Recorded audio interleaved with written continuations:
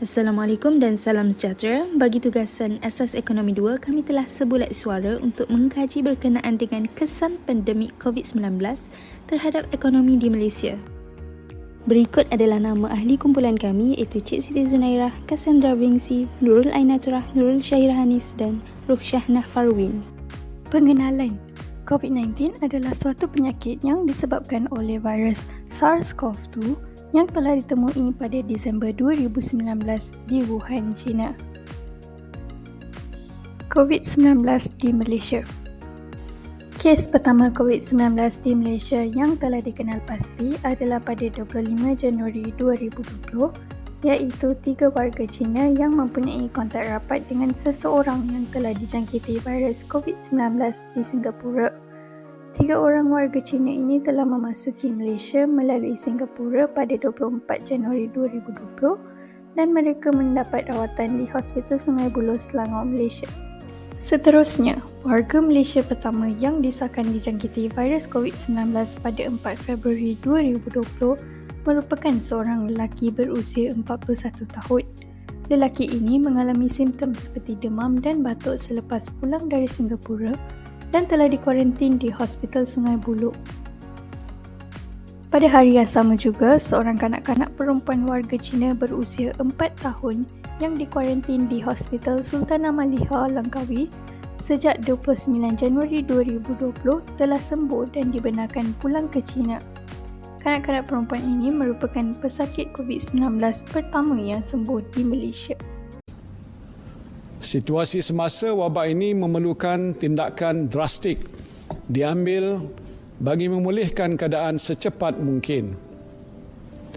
Dan untuk itu kerajaan memutuskan untuk melaksanakan Perintah Kawalan Pergerakan mulai 18 Mac 2020 iaitu lusa hingga 31 Mac 2020 di seluruh negara.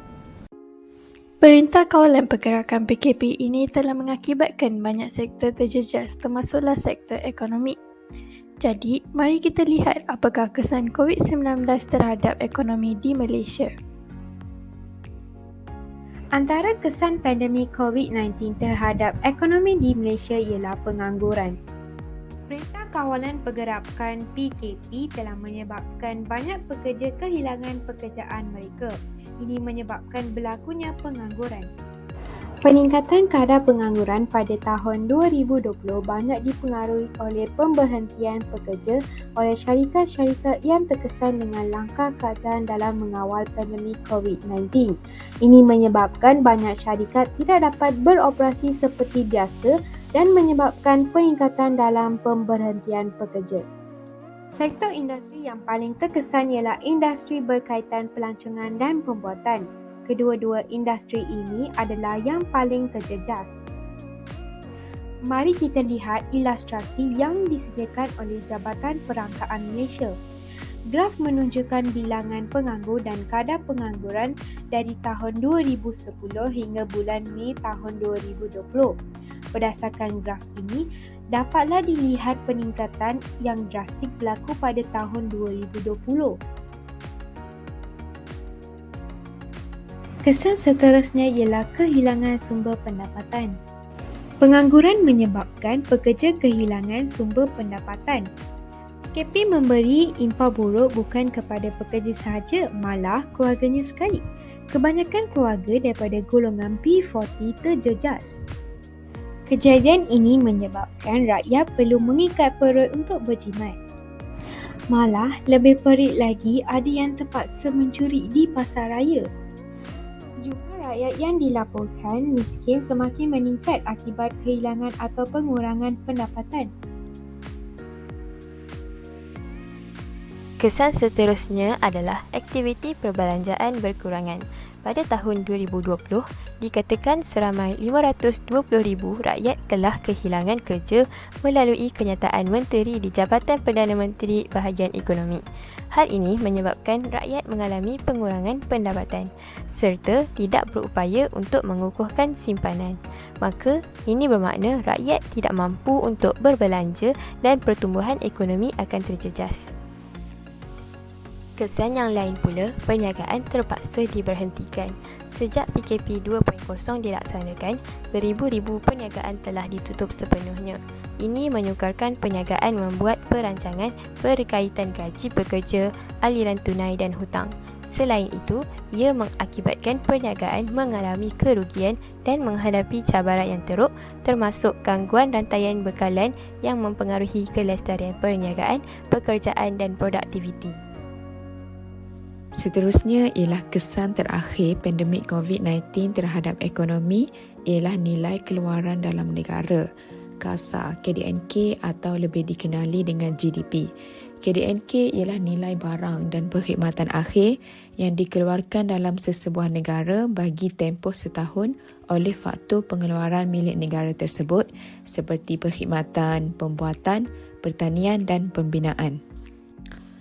Berdasarkan Keratan Akhbar, Utusan Malaysia menyatakan bahawa KDNK 2020 semasa COVID-19 melanda Malaysia mencatatkan kedua terendah sejak tahun 1998. Berikutan sekatan pergerakan operasi kawalan PKP yang dilaksanakan memberikan kesan kepada nilai KDNK tahun 2020 dengan menyusut sebanyak 5.6%. Pelbagai fasa PKP yang dilaksanakan dalam negara mulai 18 Mac 2020 menyebabkan prestasi aktiviti ekonomi susulan daripada faktor penawaran dan permintaan domestik serta pengaruh sektor luaran menyebabkan ekonomi Malaysia merekodkan pertumbuhan negatif pada tahun 2020. Berikut merupakan ilustrasi dari Jabatan Perangkaan Malaysia yang menunjukkan prestasi ekonomi Malaysia pada suku tahun keempat 2020 yang lebih terperinci. Secara keseluruhannya, pandemik COVID-19 yang melanda serata dunia ternyata memberi kesan kepada ekonomi Malaysia.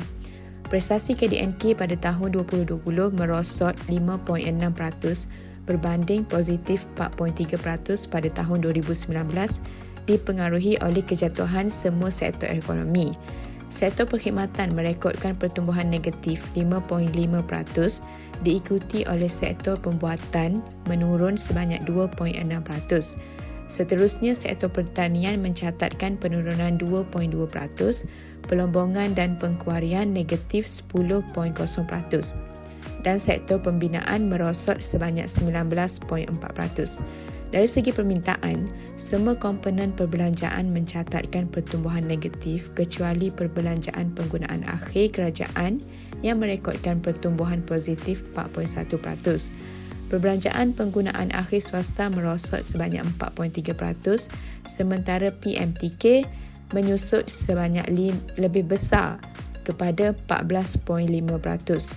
Selain itu, ekspor bersih mencatatkan penurunan ketara kepada negatif 12.3% disebabkan prestasi ekspor yang lebih perlahan berbanding import. Dalam menghadapi cabaran demi cabaran tatkala pandemik COVID-19 melanda, pihak kerajaan perlu merangka kaedah terbaik bagi menstabilkan dan memulihkan ekonomi di Malaysia. Pihak kerajaan perlu memfokuskan pada dua matlamat, iaitu yang pertama, memastikan langkah perlindungan dan keselamatan dilakukan bagi mengekang dan menghapuskan rantaian jangkitan COVID-19. Dan yang kedua, mengurangkan kesan negatif ekonomi segera daripada COVID-19 dengan melaksanakan dasar pemulihan melibatkan sasaran aktif dasar fiskal dan dasar kewangan. Dasar fiskal merupakan dasar berkaitan dengan perbelanjaan kerajaan dan percukaian. Kerajaan telah mengumumkan beberapa siri pakej rangsangan ekonomi bagi membantu individu atau syarikat yang terjejas ketika PKP dilaksanakan. Seterusnya, dasar kewangan merupakan dasar yang berkaitan dengan kadar faedah, kecairan dan pengawalan bekalan wang. Bank Negara Malaysia telah mengambil langkah mengurangkan kesan negatif COVID-19 dengan menurunkan kadar faedah wang semalaman dan penurunan nisbah keperluan rizab. Ini seterusnya mengurangkan kos pinjaman, meningkatkan kecairan dan merancakkan semula kegiatan ekonomi.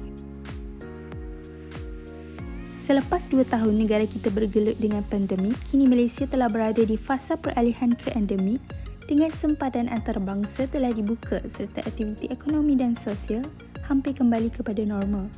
Oleh itu, Pada tahun 2022 ini, dari segi usaha kerajaan, ia sangat penting bukan sahaja untuk memulihkan kembali ekonomi yang terjejas disebabkan oleh COVID-19, namun juga penting untuk memperkasa dan menyusun semula ekonomi pada tahun-tahun mendatang. Semua sektor ekonomi dijangka akan mengalami pertumbuhan pada tahun ini dengan adanya industri, perkhidmatan dan perkilangan menjadi penyumbang utama kepada KDNK. Selain itu, kadar pengangguran juga dijangka akan menurun namun berbeza dengan inflasi yang dijangka akan meningkat. Akhir sekali, diharap kerajaan dan masyarakat akan lebih bersedia untuk apa sahaja kemungkinan yang akan mendatang kerana COVID-19 masih lagi wujud dalam kalangan komuniti di seluruh dunia. Hal ini demikian agar ekonomi Malaysia kekal stabil dan tidak mengalami kemerosotan seperti yang telah berlaku ketika COVID-19 mula-mula menyerang Malaysia dan seluruh dunia. Itu sahaja daripada kami. Sekian, terima kasih.